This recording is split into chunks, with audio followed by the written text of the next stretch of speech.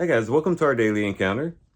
As we study about Joash, who is only 7 years old when he's made king, and we see the events that went around him becoming king. If you remember, Athaliah had basically taken over the kingdom of Judah and was kind of running things, and she thought that she had killed all of David's descendants, but Joash was found. And Jehoiada the priest was very wise in getting the people together to establish Joash as king again. And we see in the story a lot of things that were left by David that eventually helped Joash, not only as he became king again, but also as he brought reforms to the kingdom as well. And I think this is kind of symbolized by these shields that they used to protect Joash as they brought him out.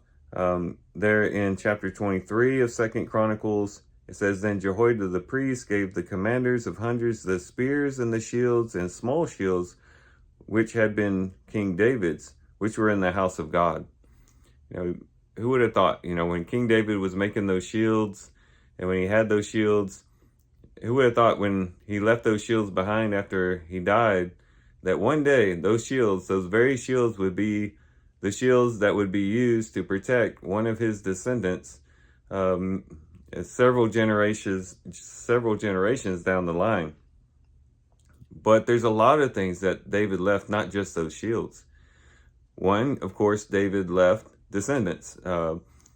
As he had children, those children, of course, outlived him, and then they had children on down, and of course that made Joash, it made it possible for Joash then to take the rule over Judah, being a descendant of David.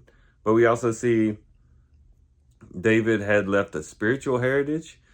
He had left basically a standard. The kings after David were then judged by how closely they got to the faithfulness of David. And so he left a spiritual heritage to his descendants, and one that Joash could have looked up to and tried to implement in his own life. He also left an order.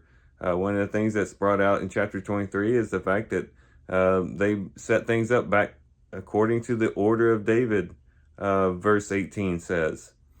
And so time and time again, we see the things that David left behind, whether tangible or intangible, were things that helped them to get back on track and to restore things back in alignment with the Lord. And it's something that we can reflect on and think about, what are we leaving behind?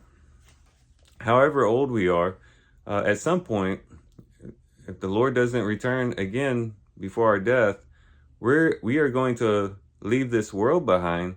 But what are we going to leave the world when we leave the world?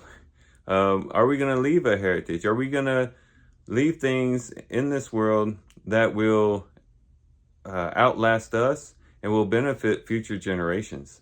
And hopefully we're already investing in future generations and setting future generations up for success. However we might do it in our different ways based upon the different opportunities that we have. What are some things that we're doing to say, what?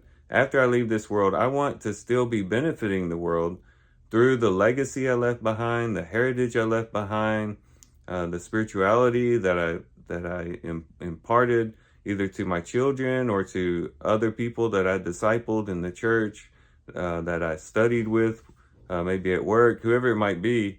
What are we leaving behind?